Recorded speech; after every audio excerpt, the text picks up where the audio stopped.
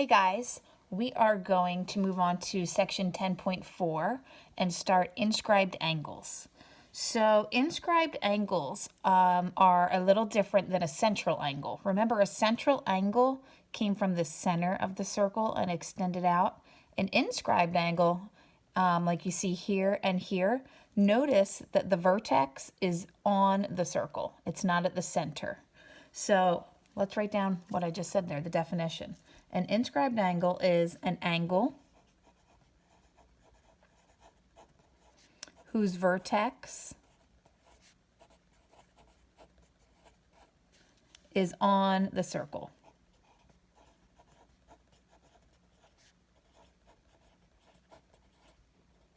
Okay, so angle 1 and angle 2, these are your inscribed angles.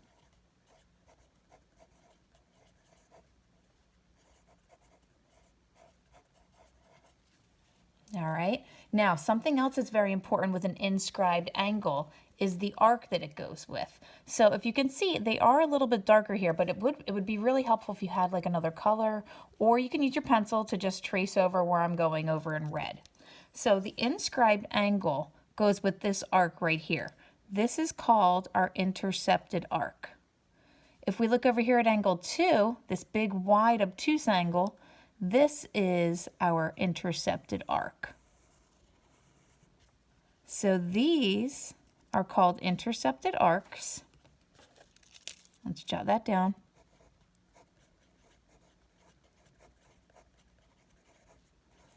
And there is a special relationship that happens between an inscribed angle and an intercepted arc. Remember, when we had central angles, they were equal to the intercepted arc. That's not what happens here with inscribed angles. If we look at Theorem 1, it says that the measure of an inscribed angle is half the measure of the intercepted arc. So I'm going to write that down in a little bit of a different term here. All right, put a little star here because this is important. All right. An inscribed angle is half of the intercepted arc.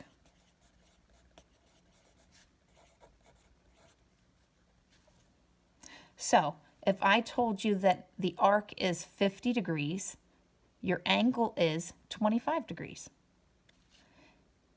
In the opposite respect, I could say to you that angle 2 is 100 degrees, and then I would have to double it to get my arc, and that would be 200 degrees. So let's take a look at a couple examples that talk about this theorem. So in number 1, we have to find out what x is. X is the intercepted arc. I'm sorry, it's not the intercepted arc. It is the inscribed angle. Let's rewrite that. It is the inscribed angle. The inscribed angle is half of the arc. Well, if we take a look here, our arc is 40. So if I take half of that, so if I do 40 divided by 2, I end up with 20 degrees. So x is 20 degrees. Now let's take a look at number 2. All right, so what's happening in this picture is our inscribed angle is 50. From here to here is 40. Let me grab another color. And from here to here is x. We want to figure out what x is. Before we can do that, let's figure out what the whole arc is. Well, I know my inscribed angle is 50. If I double that, 50 times 2, I get 100 degrees. So my big arc here is 100 degrees. So what this is saying is from here to here is 40. How much is x? Well, 100 minus 40 equals 60. So x is 60 degrees. All right, let's practice 3, 4, and 5. They want you to find out the measure of arc AC. Arc AC is just like number 1 above. We have to figure out the intercepted arc. So it's actually a little bit of the opposite. So if the angle is 36, instead of taking half, we have to double it. So 36 times 2 is 72 degrees. Arc AC is 72 degrees. All right, so let's take a look at number 4. Number 4, they want to know the angle. So this is where it's like number 1. So we have to figure out what angle N is. So angle N is the inscribed angle, so we have to take half of that arc. Take half of the arc. So 62 divided by 2 gives us 31. So angle N is 31 degrees. So think about that. Think about if you forgot whether you have to take half or if you have to double it. Well, if I double 62, I'm going to get a really big number. I'm going to get 122. Does this look like it could be a 122 degree angle? No, it's acute. All right, so that's how you can kind of check yourself, whether you have to take half or if you have to multiply by 2. Let's take a look at number 5. QSR, this major arc right here. All right, they tell us that the angle is 113, so to find the arc, I have to double it. 113 times 2 gives me 226 degrees. So the measure of angle QSR is 226 degrees. All right, so a lot of this is just remembering, do you take half or do you double? All right, so that's not so bad. Let's take a look at the next stuff that we have to do here. So again, having different colors would be helpful here, or you can just use your pencil and darken it, but I really, really suggest that you do highlight the angles that I'm going to show you. So let's take a look here. Corollary 1 says, if 2 inscribed angles intercept the same arc, then the angles are congruent. So now if you look at these pictures, they definitely look a little more confusing than the pictures above.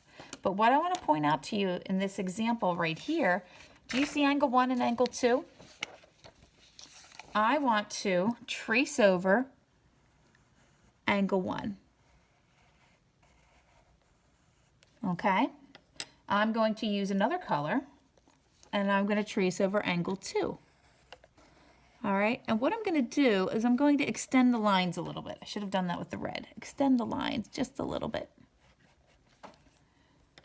So do you see how they both intercept this arc right here? All right, they both cut into that arc right there. So what that means is when you have this first inscribed angle in red and the orange inscribed angle, they both happen to cut the circle right here at these 2 points. That means they intercept the same arc. If they intercept the same arc, then that means that angle 1 and angle 2 are congruent to each other. They're equal to each other. So let's write down that angle 1 is congruent to angle 2 because they intercept the same arc. Okay, so that's really important. If you understand this concept, then these next problems aren't going to be too bad. So let's take a look at 6 and 7, goes with this picture. All right, now there's a lot going on. Let's take a look. They want us to figure out the measure of angle U. They want us to figure out this guy right here. So I'm going to trace angle U in red. All right, you could trace it in your pencil if you'd like. All right, there's angle U. Angle U intercepts this arc right here. Now take a look. Is there another angle in this picture that intercepts this arc? Well, if I look here and I follow my lines, oh, it looks like angle V intercepts that arc as well.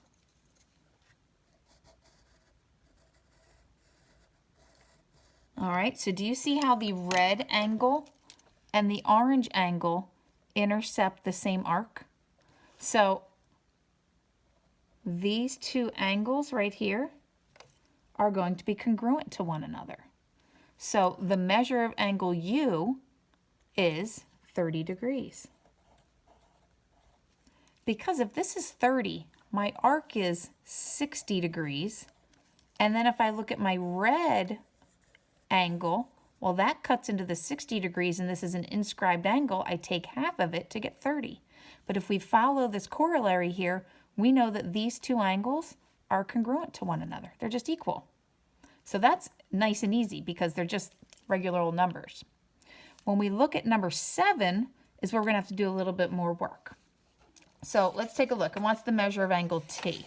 So if we look at angle T is right here, this guy. So I'm going to kind of go over this in pencil. Angle T. All right.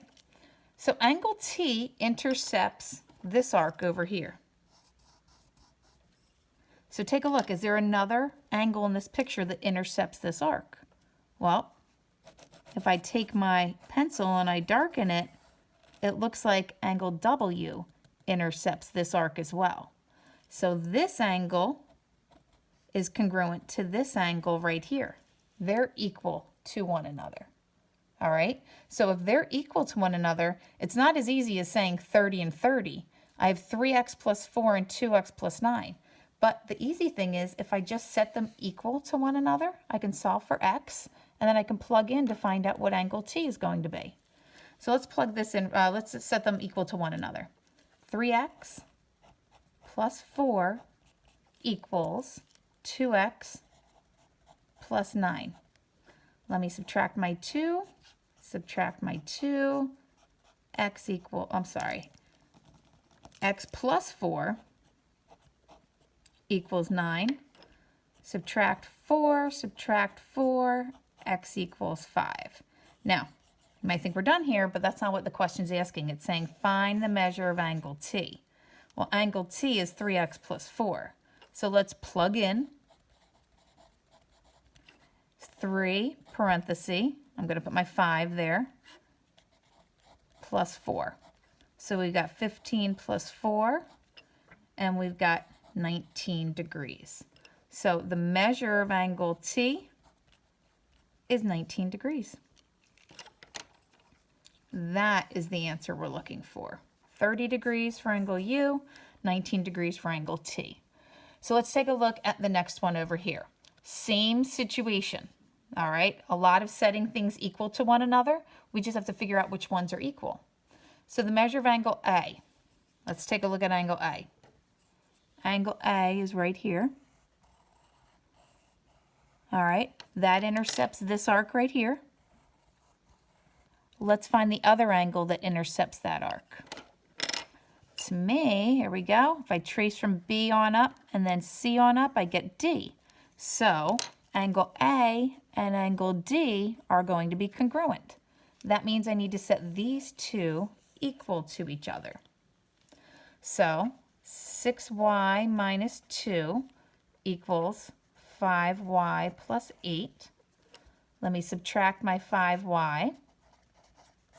Y minus 2 equals 8. Add 2, y equals 10. But remember, just like over here, that's not my final answer. They want to know what angle A is. I need to plug that in.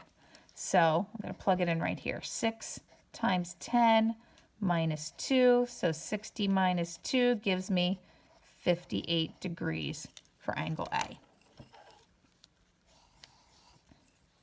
All right, last one here, angle C. So, I mean, if we already know that angle A and D are congruent, doesn't that mean that angle B and C are going to be the ones that are going to be congruent? So let's take a look here. I'm going to trace over angle C. Looks like it intercepts this arc right here. If I trace up from the A, trace up from the D, oh, I'm right, angle B and angle C are congruent. So let's set them equal to each other. Angle C is 6x minus 3. and angle C is 7x minus 11. So I'm going to subtract 6x. I've got negative 3 equals x minus 11. Add 11. Add 11. Negative 3 plus 11 is 8 equals x. Again, not my final answer. We want to know the measure of angle C. Here's angle C right here. So let's plug in 7 times 8 minus 11.